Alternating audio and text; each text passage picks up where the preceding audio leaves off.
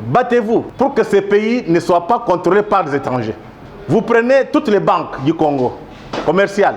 Ces banques sont contrôlées par les étrangers. Il n'y a aucune banque congolaise. Toutes les mines, les grandes sociétés, elles sont étrangères. Et la plupart des ministres étaient nommés par Kagame. Aujourd'hui, avec Félix Antoine Tshisekedi Tshilombo, il y a une rupture.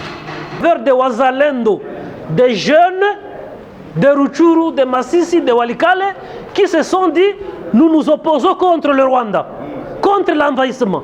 Et Kinshasa, qui est un peu éloigné, dit, nous avons aussi contribué, voilà 12 millions, chacun a donné 100 francs, voilà notre contribution, nous sommes de cœur avec vous.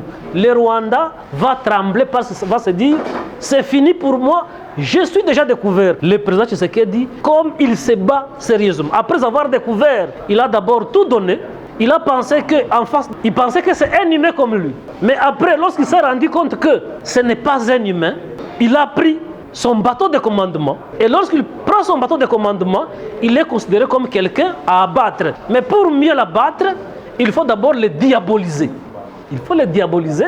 Et les Congolais, pour la plupart, qui s'occupent du réactionnaire, qui se trouve dans la musique, qui n'a pas le temps de tout fouiller, il va se dire, voilà, c'est notre ennemi, il ne nous a pas donné ça et ça et ça et ça. Alors, nous allons aider le Rwanda à atteindre son objectif. L'AFDEL commence. Le président, c'est qui? C'est Laurent Désiré Kabila, un Congolais. Les conséquences sont incalculables sur le plan humain, sur le plan économique. Tous les services aujourd'hui, il n'y a pas moyen de faire autrement. Même amener une lettre dans un ministère, si ça parle mal du Rwanda, peut-être que ça n'arrivera pas chez le ministre. Parce que tous les services sont sérieusement infiltrés. Ce qui se joue ici, ce n'est pas l'élection, c'est la survie de notre pays. Nous risquons de devenir des esclaves des Rwandais et des Ougandais, ou bien des étrangers. Donc il faut faire par tous les moyens que les Congolais qui aiment beaucoup ce pays accèdent au pouvoir.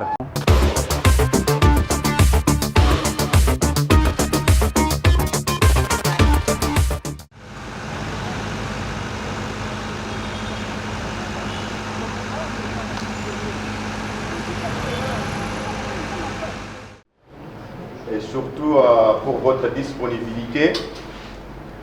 Nous voici dans cette salle à l'occasion de la présentation de notre candidat à la députation nationale, M. Freddy Mulumba Kabouayi Waboto.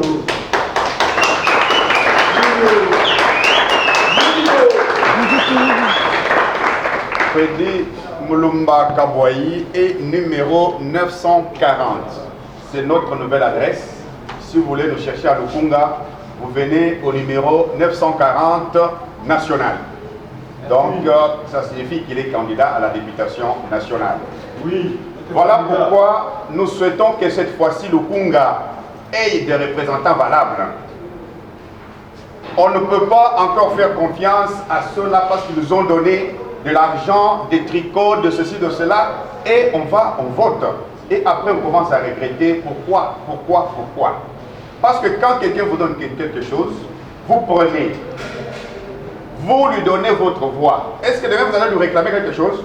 Non. C'est parce qu'il a acheté. C'est comme je viens, vous me vendez votre téléphone.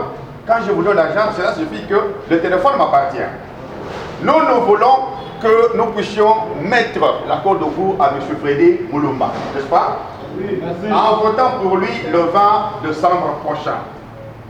Voilà pourquoi je souhaite que lui-même parle, explique à vous qui êtes venus ici, que vous puissiez avoir ce message à transmettre aux autres à tout moment, jusqu'au jour où nous irons tous ensemble mettre le bulletin dans l'urne en mettant 940 députations nationales et président de la République, vous connaissez déjà. Merci beaucoup. Voilà, M. Freddy, notre candidat. Voilà, vous êtes devant les jeunes, les pères de famille, les responsables à tous les niveaux.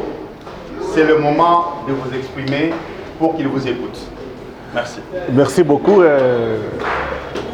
Bakandoa. ma voix quand même porte un peu par rapport à M. Bakandowa. Je pense que beaucoup de gens me posent la question, pourquoi moi qui suis journaliste, ancien DG de la RTNC, ancien DG du groupe de presse Le Potentiel, pourquoi j'ai choisi de faire la politique maintenant? Vous savez, là où il y a des hommes qui ont la compassion, il y a quand même certaines questions qu'on doit se poser. Vous venez à Kinshasa, à partir d'Indili jusqu'à Lukunga, vous avez l'impression d'être dans un désordre organisé. Si vous comparez seulement les périodes, je dirais un peu d'Isaïr, peut-être vous n'êtes pas encore né, et les périodes d'aujourd'hui, c'est une situation insupportable. Donc, j'ai fait le tour de certains milieux à Lukunga, vers Kamonganga, où j'étais hier, parler aux pasteurs. Mais quand vous voyez les conditions dans lesquelles vit notre peuple, normalement ça doit interpeller chacun de nous. Mais curieusement, on s'accommode. On a l'impression que la ville n'est pas gérée. Quand il pleut, il y a la pluie et l'inondation partout. Les gens meurent. Il suffit aujourd'hui, quand vous quittez la ville, il pleut, il est difficile d'arriver à Mongafula. Vous pouvez faire 4 heures, 5 heures du temps. C'est anormal. Ça donne l'impression que ceux qui sont responsables de la ville, ceux qui sont responsables des districts, ne sont pas à la hauteur. Donc, il faudrait, vous qui avez maintenant les pouvoirs de décider qui peut vous gérer, il faudrait que vous sanctionnez ces gens. La sanction vient d'où? De l'élection. Donc, je ne suis pas là pour vous demander de me voter parce que j'ai de l'argent.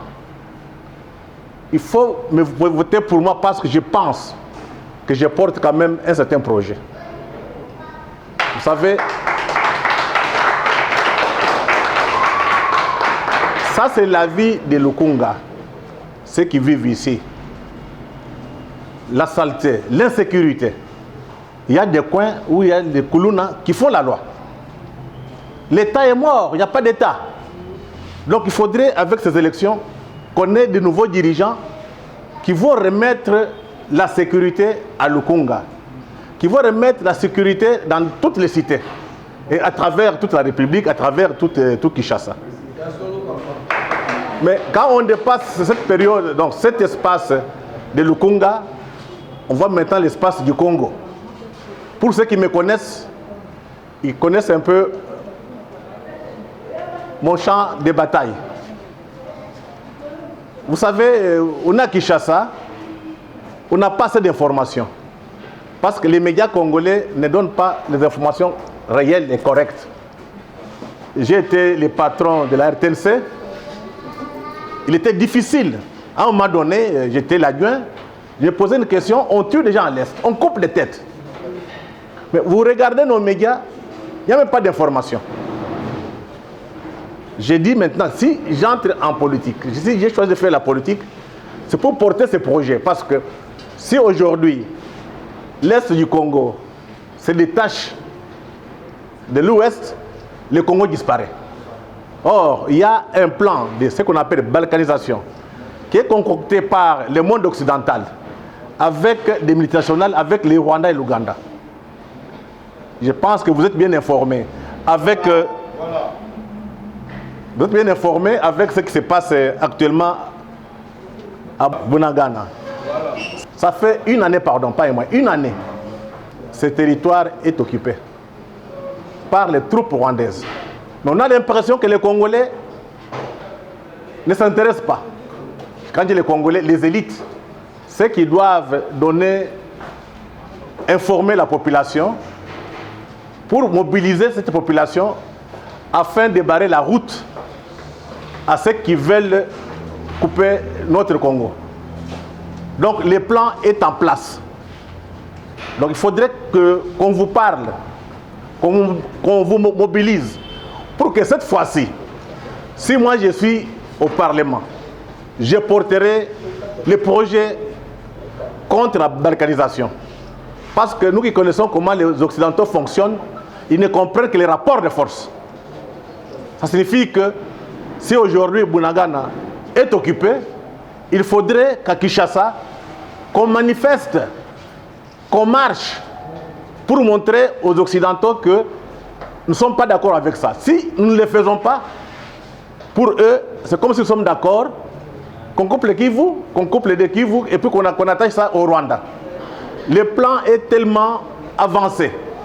Donc, il est temps qu'on prenne conscience maintenant.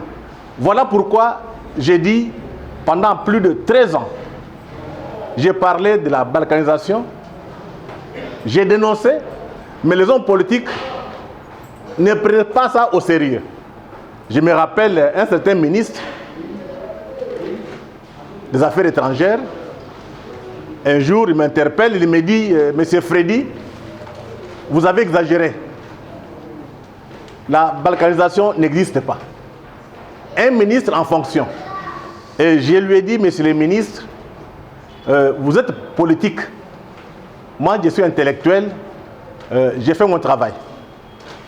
Vous voyez, nous sommes en dehors de la politique. Nous parlons. Mais ceux qui font la politique ne prennent pas ce que nous disons au sérieux. J'ai dit, maintenant, il faut que nous-mêmes nous entrons en politique. Parce que si on est au Parlement aujourd'hui, je ne pense pas qu'on laissera le Kivu, donc l'Est du Congo, dans des conditions occupées par le Rwanda. Parce que pour que le Rwanda quitte, il faudrait qu'il y ait des politiques à Kinshasa qui lèvent les tons pour que Kagame et ses amis et Museveni quittent l'Est du Congo. Donc si la population, si les élites congolaises, si les députés congolais ne font pas beaucoup plus de bruit, ne revendiquent pas, mettez-vous en tête, le Kivu est parti. Donc, si moi je vous ai invité, c'est pour vous parler. Vous allez voter le 20. Je pense que beaucoup de gens viendront avec l'argent. On est au courant, Kagame, les globalistes et d'autres hommes d'affaires, les Indiens, les Pakistanais, les Chinois, ils ont mis beaucoup d'argent en circulation. On viendra vous donner l'argent pour voter pour ces gens-là. Si on vous donne l'argent, il faut les bouffer. Vous bouffez cet argent-là, vous ne votez pas pour eux. Donc il faut...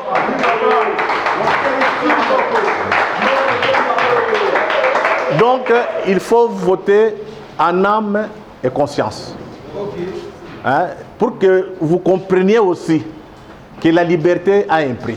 Vous ne pouvez pas vendre votre liberté parce qu'on vous donne l'argent. Donc vous faites cette erreur. Nous allons tous les regretter. Voilà pourquoi moi j'attends de vous vos voix. C'est important. Et deuxième phase, vous devez aussi parler aux autres, leur faire comprendre que ce qui se joue ici, ce n'est pas l'élection. C'est la survie de notre pays. Nous risquons de devenir des esclaves des Rwandais et des Ougandais, ou bien des étrangers. Donc il faut faire par tous les moyens que les Congolais qui aiment beaucoup ce pays accèdent au pouvoir, entrent au Parlement. Exact. Pour que les choses marchent. On vous donne l'argent, bouffez cet argent-là. Mais votez pour les patriotes, des pères et des mères.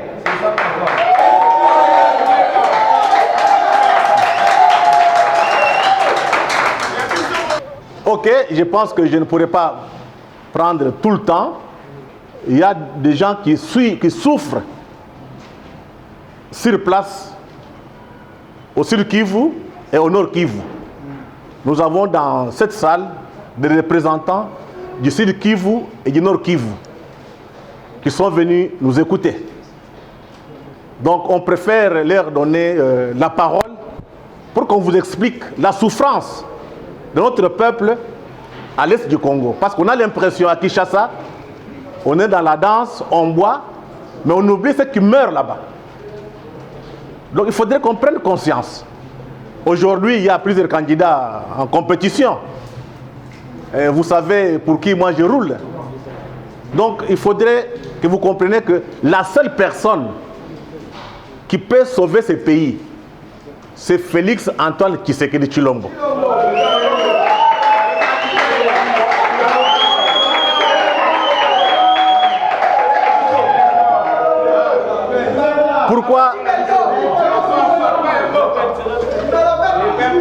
Pourquoi Félix Antoine Tshisekedi? Il faut qu'on vous explique pourquoi. Vous savez, nous on a eu la chance d'occuper des postes importants. Dans ce pays, personne ne pouvait affronter Kagame. On ne pouvait pas citer les noms de Kagame. En 2018, Félix Antoine Tshisekedi Tshilombo a été élu président. Avant que ça soit confirmé par la Cour constitutionnelle, M. Kagame a fait une déclaration. Il a demandé de surseoir l'élection du président. Je viens à Kinshasa. Donc, il allait passer à Kinshasa pour négocier. Il était président de l'Union africaine. Donc, ça signifie quoi? Kagame était le patron ici. C'était Kagame qui décidait. La plupart des ministres étaient nommés par Kagame. Aujourd'hui, avec Félix Antoine Tshisekedi Tshilombo, il y a une rupture. Il n'y a personne parmi tous ces candidats qui peut affronter Kagame en face. Il n'y a personne. Donc la seule personne qui peut déstabiliser, déboulonner, démystifier Kagame, c'est Félix Antoine Tshisekedi Tshilombo.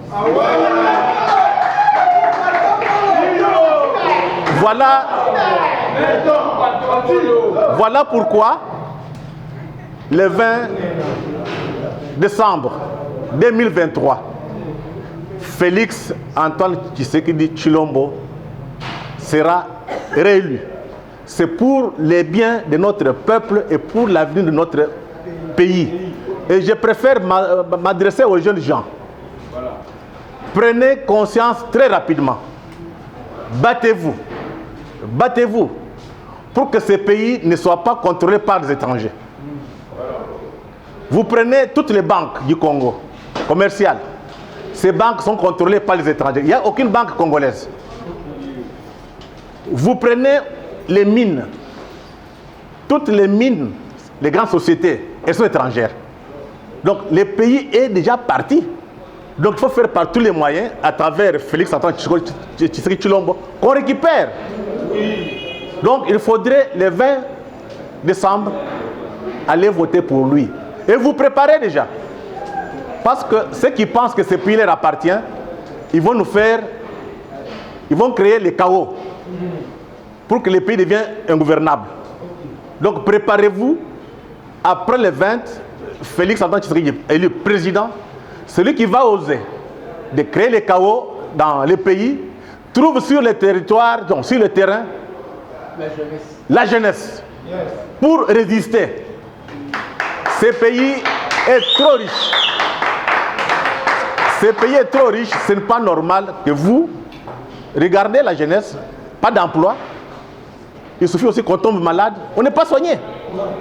Il faut penser à vos vies, mais aussi aux vies de vos enfants et petits-enfants. Et pour cela, il faut vous mobiliser après les élections. Si ça passe bien, sans problème. Mais si on essaie de créer un chaos, nous tous, nous serons dans la rue. On ne va pas accepter n'importe quoi.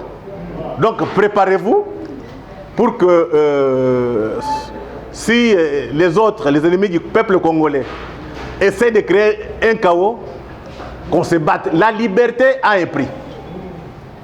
La liberté, ces pays très riches sont les étrangers qui vivent mieux que nous. Ce qui n'est pas normal. Il suffit d'aller à Kingasani, Massina, même Maloueka. Vous allez voir dans quelles conditions notre peuple vit. Mais vous partez à la Gombe, les autres vivent mieux. Mais la plupart, ce sont des étrangers. Gombe est occupé par des étrangers, pas par des Congolais. Donc il faut vous préparer à vous battre.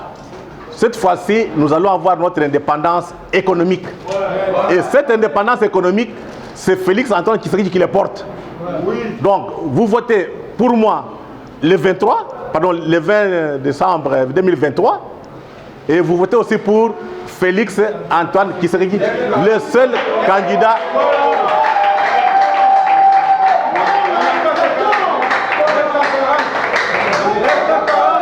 Donc, c'est le seul candidat. C'est le seul candidat qui peut sauver notre pays. Donc, pour ne pas prendre beaucoup de temps, je préfère qu'il y a mon policier qui est là. Dis, viens un peu. Bien que tu es arrivé en retard. Oui.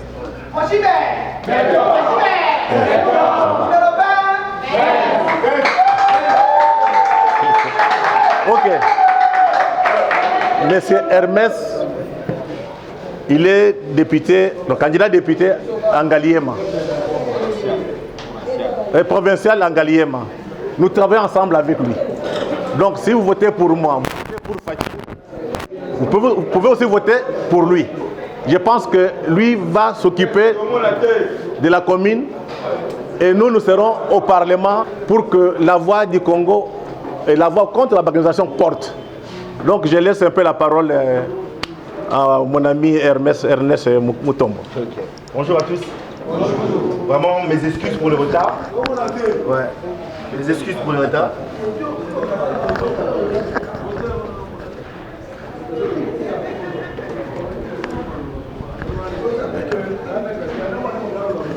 Mes excuses pour le retard. On a remis retard par rapport au embouteillage qu'il y avait en cours de route. Mon nom est Hermès Mutombo Ngoy.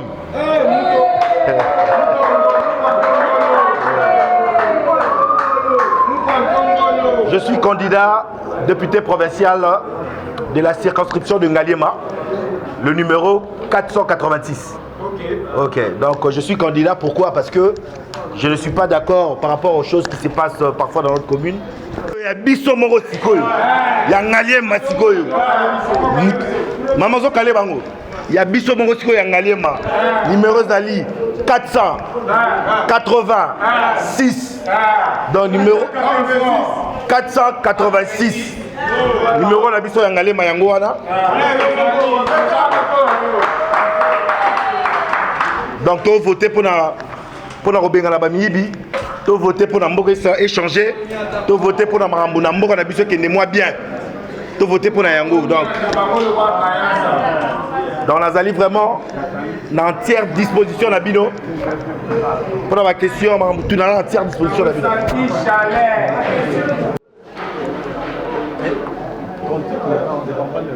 C'est bon? Bonsoir. Bonsoir.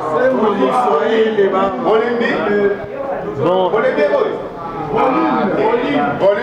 Je suis honorable Ngarouye Muhozi Emmanuel. Alors, je disais que je suis honorable Ngarouye Muhozi Emmanuel, député provincial élu de Rutshuru au Nord Kivu. Nous avons la chance d'avoir la démocratie comme mode de gestion de la République démocratique du Congo. Mais qui a la chance? Celui qui a la chance, c'est l'opprimé, les vulnérabiliser. Parce qu'à un moment,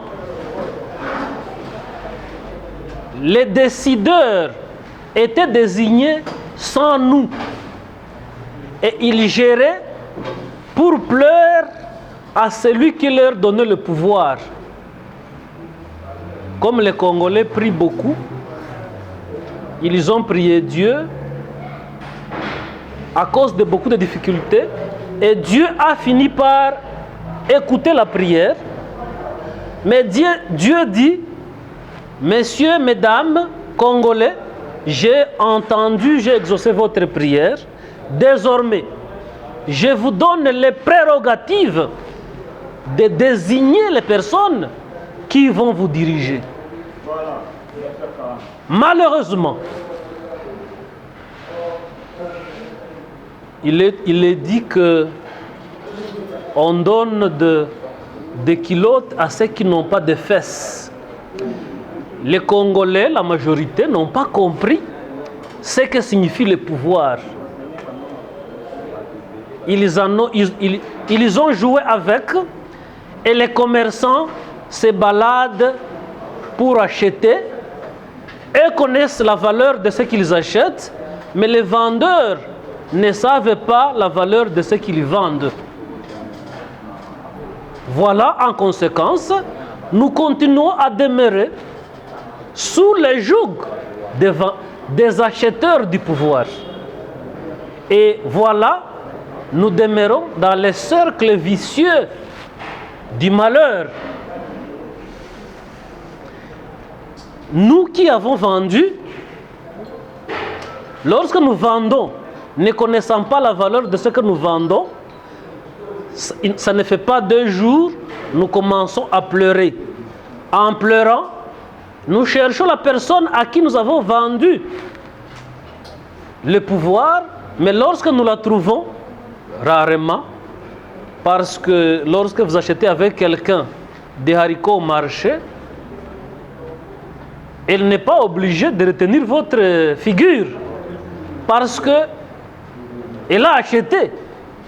Si tu as vendu à moins cher, ça te concerne. Et donc, lorsque nous revenons pour demander à ceux-là à qui nous avons vendu le pouvoir, nous les retrouvons difficilement parce qu'elles s'occupent à chercher encore, à amasser encore de l'argent pour que le moment venu, elles reviennent acheter. Parce que le prix est connu. Le prix du pouvoir est connu. Voilà pourquoi les Occidentaux et tous les mafiateurs, ils savent qu'il y a moyen même de placer à la tête de la RDC des personnes inventées de toutes pièces. Parce que le prix est connu. Lorsqu'on veut devenir député, vous demandez conseil. Les gens vont vous dire, non, si vous avez quand même $300 000, $500 000, vous pouvez devenir député parce que vous pouvez aller à l'église, vous donner, je ne sais pas, la tenue, vous donnez des tôles, je ne sais pas à qui, vous faites quelque chose sur la route. Les prix, on met le prix. Et si vous faites ces actions, c'est sûr que vous serez député. Même si vous êtes aveugle, même si vous êtes bourrique, même si vous êtes sorcier, même si vous êtes voleur, il suffit d'amener ce prix, vous devenez qui? Parlementaire, représentant des peuples, représentant des enseignants sans savoir lire, représentant des professeurs sans savoir lire ni écrire. C'est possible chez nous, non? Alors, voilà pourquoi chez nous, la guerre ne finit pas. Lorsque vous allez à l'Assemblée nationale, vous y trouvez des gens qui ne sont pas à l'Assemblée nationale pour la population, mais qui y ont été envoyés par leur argent. Et aujourd'hui, nos colonisateurs, ils sont en mesure de créer des députés à l'Assemblée nationale, aux assemblées provinciales, parce qu'ils connaissent le prix. Et lorsque vous arrivez à l'Assemblée nationale, la question de la sécurité importe peu. Il suffit seulement d'amener l'argent aux députés. Ils sont prêts à voter tout. La guerre à l'Est, la guerre est chez moi à Rutshuru. Cette guerre, elle n'est pas la première. C'est depuis 1996 que nous connaissons une succession de guerres. La guerre de l'AFDEL qui a commencé en octobre 1996, elle a toujours commencé à partir de l'Ouganda et du Rwanda, et mon territoire de Rutshuru est voisin de ces deux pays. Et donc, c'est la porte d'entrée de toutes les guerres. AFDEL, RCD, CNDP, M23-1 et M23-2. Et donc, tous les Congolais sont des victimes, mais la population de Rutshuru est plus victime que tout le monde. Mais qui va sauver Rutshuru? Est-ce que la victime se sauve elle-même? Non. La victime ne peut pas se sauver elle-même, elle doit être sauvée par les passants, les voisins, n'est-ce pas? Les frères, les amis. Mais pour que ces frères, ces amis puissent sauver, il faut qu'ils soient conscients et qu'ils ne soient pas complices. Mais pour empêcher à tout le monde de ne pas intervenir dans la maison lorsqu'on arrive, lorsque des bandits arrivent, quelle est la première personne à mettre sous le banc? C'est le papa, parce que c'est le papa qui est plus fort. Il faut d'abord les ligoter. La femme et les enfants, ils vont s'agenouiller et pleurer seulement. Voilà pourquoi, à travers les élections, il faut ligoter d'abord celui qui peut faire quelque chose, celui qui peut déranger. C'est qui? C'est le président de la République. Il faut les ligoter. Les ligoter comment? Il faut... Vous suivez peut-être l'actualité, mais je trouve que les jeunes Congolais, ils pensent que tout... Comment disait Mbosso? Théâtre. Mais les Congolais et la jeunesse pensent que tout est théâtre. Alors que les autres sont déterminés. Ils utilisent toutes les ressources, y compris leurs femmes et filles, qui sont des commandos de charme, comme le dit Honoré Ngwanda Nzambo. Les commandos de charme. Les filles viennent, elles vous montrent qu'elles sont prêtes à tout, mais elles sont au front. Au front, elles se battent contre qui? Contre la République démocratique du Congo. Un pays grand et petit, riche et pauvre. La République démocratique du Congo, on dit que c'est un scandale. Pas seulement géologique, sur tous les plans. Mais chez nous, on chante en Swahili, à l'église, on dit Waliopewa neema, walikata neema. Ceux qui ont eu la grâce ont refusé la grâce. Et comme je l'ai dit, Dieu donne des fesses, des culottes à ceux qui n'ont pas de fesses. Nous sommes un scandale géologique. Mais nous vivons en dessous du seuil de la pauvreté parce que les autres ont pris conscience que le Congo est riche. Il faut abrutir les Congolais pour prendre tout ce qu'ils ont. Et les Congolais, il faut les apprendre plutôt à aider les autres à piller leur pays. Aujourd'hui, les Congolais sont à mesure. Lorsque vous allez dans toutes les rébellions, prenez l'AFDEL. L'AFDEL commence. Le président, c'est qui? C'est Laurent Désiré Kabila, un Congolais à qui le Rwanda appelle, l'Ouganda appelle, on dit, en tout cas, on va t'aider à prendre le pouvoir. Voilà. Le Rwanda et l'Ouganda ont pitié du Congo et ils veulent libérer le Congo à travers Laurent Désiré Kabila. Il accepte de mettre des serpents sur les épaules. Il l'amène où? Au Congo. Les conséquences sont incalculables sur le plan humain, sur le plan économique. Tous les services aujourd'hui, il n'y a pas moyen de faire autrement. Même amener une lettre dans un ministère, si ça parle mal du Rwanda, peut-être que ça n'arrivera pas chez le ministre. Parce que tous les services sont sérieusement infiltrés. Alors, le président à la fin, il s'est dit, ah, je suis président, mais mon pays quand même. Mais ces gens, c'est comment? Même le chef d'état-major général, c'était James Kabarebe du Rwanda. Le président Kabila, il prend conscience, peut-être avec un grand retard, après des milliers de personnes tuées, des pillages systématiques, parce qu'à ce moment-là, toutes les sociétés, ils passaient par le Rwanda pour venir exploiter les minéraux, et jusqu'à aujourd'hui même, vous avez appris la fois passée, l'arrestation de Mwangachuchu Hizi Edouard, qui a aussi une société minière, le MHI, Mwangachuchu Hizi International, pour le coltan. Tout ça, s'est commencé à partir de là. Après, lorsque Kabila prend conscience, les amis disent on va trouver quand même une autre formule. Il commence quoi? Le RCD. Il trouve les Aïd Ngoma, le Sylvain Bouki et les autres. Des Congolais que vous connaissez, du Kasaï, de l'Équateur, du Nord Kivu, du Sud Kivu. Voilà. Il continue. Jusqu'aujourd'hui, le président du M23, c'est un certain Bertrand Bissimois du Sud Kivu.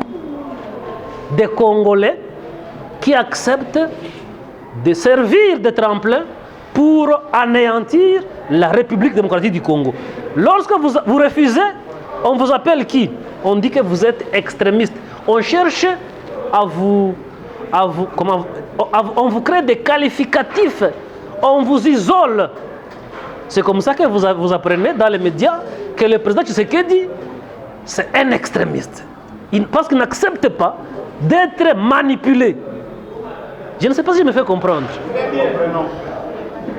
Et lorsque vous acceptez, vous devenez un traître, on vous crée aussi des qualificatifs. Vous êtes un homme bien.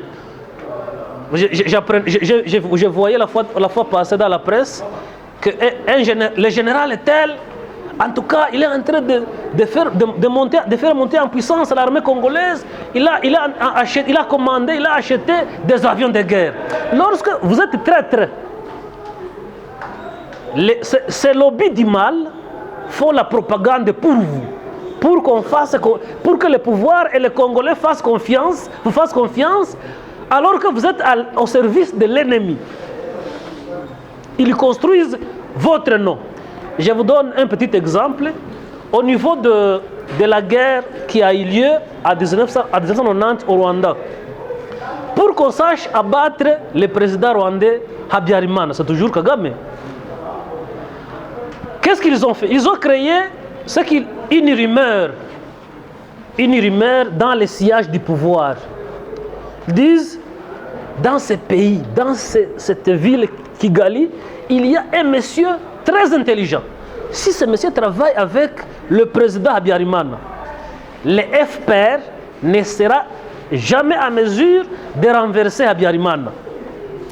La rumeur a circulé dans les sièges du pouvoir jusqu'à ce que le président l'a appris et le président est tombé dans le piège de chercher ce monsieur. Il était effectivement intelligent. Le président Habyarimana l'a pris comme son secrétaire particulier, alors que c'était un monsieur créé par les lobbies du FPR. Alors, il devient secrétaire particulier et donc il gère les secrets du président Habyarimana que le FPR cherche à abattre. Alors, lors des négociations, les négociations, je vous informe que pour le FPR, pour le NRM, les négociations, c'est toujours une manœuvre de tromperie ou de noyautage de la proie pour pouvoir l'achever définitivement. Mais ils n'y croient jamais. Ils ne peuvent jamais croire aux négociations. Tout ce qu'ils signent, c'est du blabla. Il n'y a que les Bantous qui croient aux négociations. Alors, les PARSEC, les secrétaires particuliers, dans les pouvoirs, ils créent aussi des rumeurs lors des négociations. Ils disent... Pardon. Alors, les secrétaires particuliers du président, dans les négociations, il crée aussi une rumeur. Il dit, les rumeurs circulent dans les pouvoirs que si le président Habyarimana va à Arusha dans les négociations en laissant son chef d'état-major général,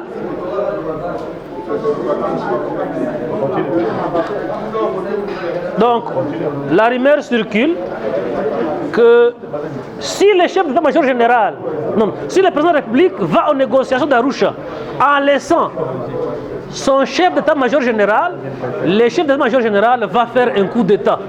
Parce qu'il n'est pas pour les négociations que le président fait avec le FPR. Alors, la rumeur circule et le président de la République prend la rumeur au sérieux. Lors des négociations d'Arusha, il prépare son chef d'état-major général, il lui dit on ira ensemble à Arusha dans les négociations. Le chef d'état-major général lui dit président, est-ce qu'un pays en guerre, toi président, tu vas partir avec ton chef d'état-major général? Lorsque le chef d'état-major général essaie de raisonner le président, dans son fort intérêt, se dit donc c'est vrai, il veut rester pour faire un coup d'état. C'est comme ça que le président est parti avec son chef d'état-major général. L'ennemi savait qu'il va les abattre tous. Un président meurt avec son chef d'état-major général qui va sauver le pays, c'était fini. Et donc, je voudrais dire que les Congolais, nous sommes en difficulté parce que nous nous battons contre des personnes que nous ne connaissons pas. Et la personne fait tout pour nous montrer que celui qui peut nous sauver, il est l'ennemi. Et celui qui est l'ennemi, on nous montre que c'est lui le sauveur. Le président Tshisekedi, comme il se bat sérieusement, après avoir découvert, il a d'abord tout donné, il a pensé qu'en face de lui, il a un humain comme lui, il dit, peut-être je peux peut-être te donner ça, tu vas... Il pensait que c'est un humain comme lui. Mais après, lorsqu'il s'est rendu compte que ce n'est pas un humain, il a pris son bateau de commandement. Et lorsqu'il prend son bateau de commandement, il est considéré comme quelqu'un à abattre. Mais pour mieux l'abattre, il faut d'abord le diaboliser. Il faut le diaboliser. Et les Congolais, pour la plupart qui s'occupent du réactionnaire, qui se trouve dans la musique, qui n'a pas le temps de tout fouiller, il va se dire, voilà, c'est notre ennemi, il ne nous a pas donné ça et ça et ça et ça. Alors, nous allons aider le Rwanda à atteindre son objectif. Voilà pourquoi. Je vous recommande, si nous voulons que la guerre finisse, nous devons être sérieux. Nous devons demander à tous les Congolais de pouvoir accepter de voter pour le président Tshisekedi. Moi, je suis de l'Est, je suis de Rutshuru, je suis la première victime. Je suis la première victime parce que mon territoire ne vote pas. On n'a pas été... Moi-même, je ne suis pas enrôlé. Je suis victime parce que je suis ici à Kinshasa, j'ai fui. On a tenté de m'abattre à plusieurs reprises à Goma par les mêmes personnes parce qu'elles sont infiltrées partout. Je suis donc une grande victime. Ma population souffre énormément. Les uns ont fui vers l'Ouganda, les autres ont fui vers Goma et les autres sont pris en otage à l'intérieur qu'on ira à l'école primaire avec la barbe pour les hommes. Les gens qui étaient en 6e année secondaire viennent de faire 3 années sans étudier. Les filles, 80% se seront déjà peut-être mariées ou transformées en... Et donc, nous sommes les premières victimes, mais nous disons, nous avons déjà constaté que le président Tshisekedi, bien qu'il ait hérité d'un État totalement tué, et où il y a une coalition, une association de malfaiteurs entre les forces de la région qui contrôlaient toujours le Congo, les forces internes aigries et d'autres opposants qui voudraient le pouvoir, et les Occidentaux.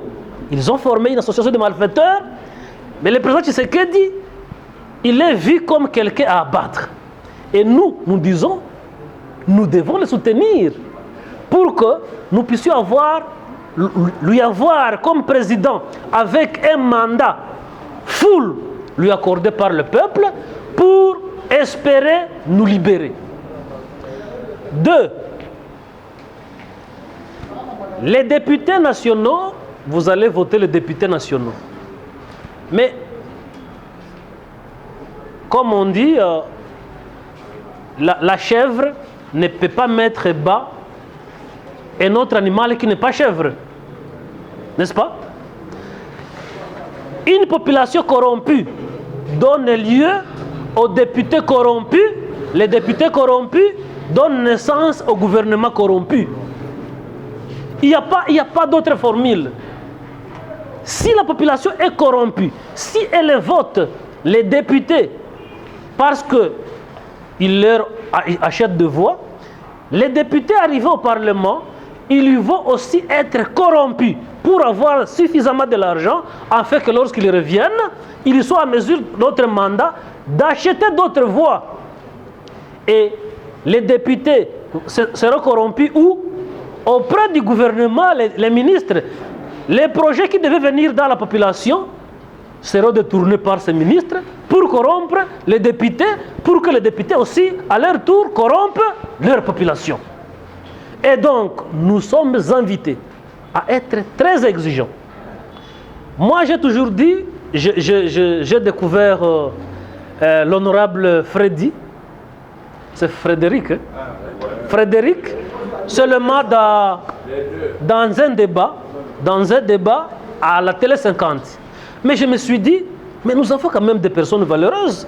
Mais pourquoi de tels gens ne peuvent pas être désignés pour représenter réellement le peuple? Des personnes qui connaissent la République, qui connaissent la région et qui connaissent le monde. Des personnes, en plus de cela, qui ont le souci de voir la République se lever. Elles ne sont pas nombreuses, ces personnes. Oui, vous aurez des gens qui viendront vous dire qu'eux aussi ont le souci.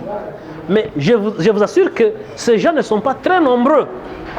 J'ai toujours dit que nous avons la chance d'avoir des personnes, mais nous évitons des personnes capables pour désigner des incapables. Et après, nous pleurons. Je demande donc à la population de Lukunga, que vous représentez? Ici, vous êtes au-delà de 30 personnes. Les disciples de Jésus étaient à combien? C'était seulement à 12, n'est-ce pas? Mais avec eux, l'évangile a atteint le monde entier. Et donc, avec vous, l'honorable Frédéric peut avoir 50 000 voix dans Lukunga. Avec vous. Alors,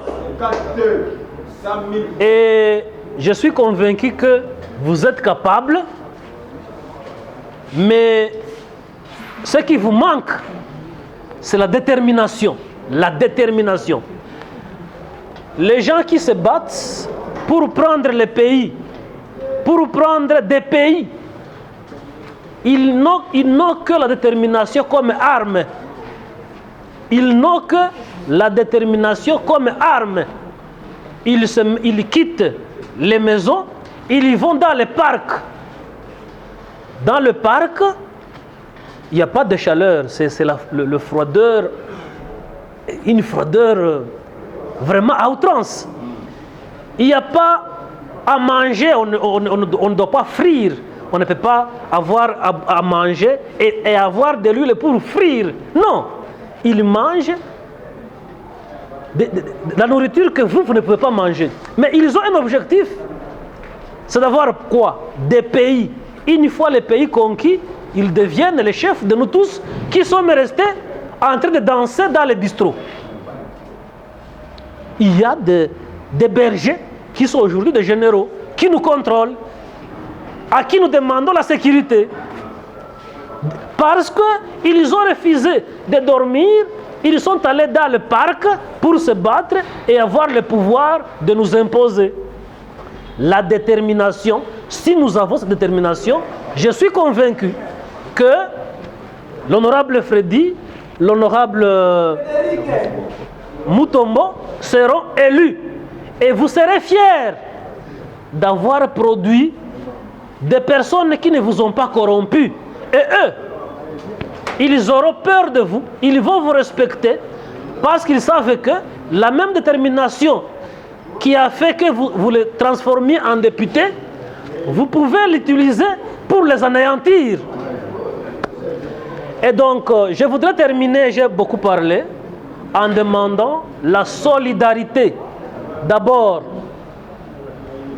ceux qui nous combattent, ils sont très moins nombreux que nous.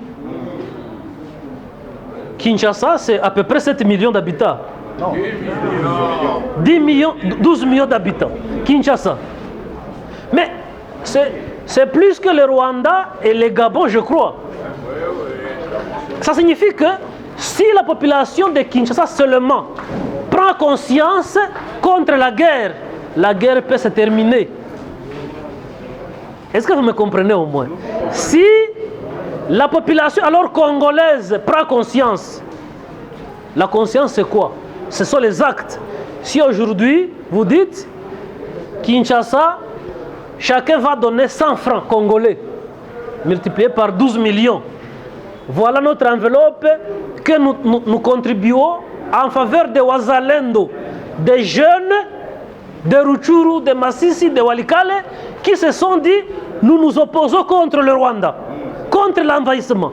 Et Kinshasa, qui est un peu éloigné, dit, nous avons aussi contribué, voilà 12 millions. Chacun a donné 100 francs. Voilà notre contribution, nous sommes de cœur avec vous. Le Rwanda va trembler, va se dire, c'est fini pour moi, je suis déjà découvert. Parce que le sorcier agit toujours dans l'obscurité. S'il sait qu'il est déjà découvert, il ne sera plus fort. Comme le disait l'honorable Frédéric, les Occidentaux et d'autres puissances du mal, ils profitent de l'ignorance, de la naïveté des personnes à dominer. Mais si une fois ils comprennent que vous avez déjà compris, ils sont obligés de s'aligner. Je sais que la détermination du président Tshisekedi, si la population s'aligne derrière lui, tous ces malfaiteurs, ils vont fuir d'eux-mêmes. Le Rwanda ne peut pas être en mesure de dire il va bosser contre la RDC si les Congolais ont pris conscience. Le Rwanda n'aura comme choix que de dire bon, en tout cas, bon, j'ai compris, mais bon, je me retire, mais ne venez pas aussi chez moi. S'il comprend que tous les Congolais ont déjà compris, le Rwanda va se retirer immédiatement. Mais lorsqu'il sait qu'il est en mesure d'endormir les jeunes de Kinshasa, de Lubumbashi, de Kisangani, il va se dire, j'ai encore une marge de manœuvre.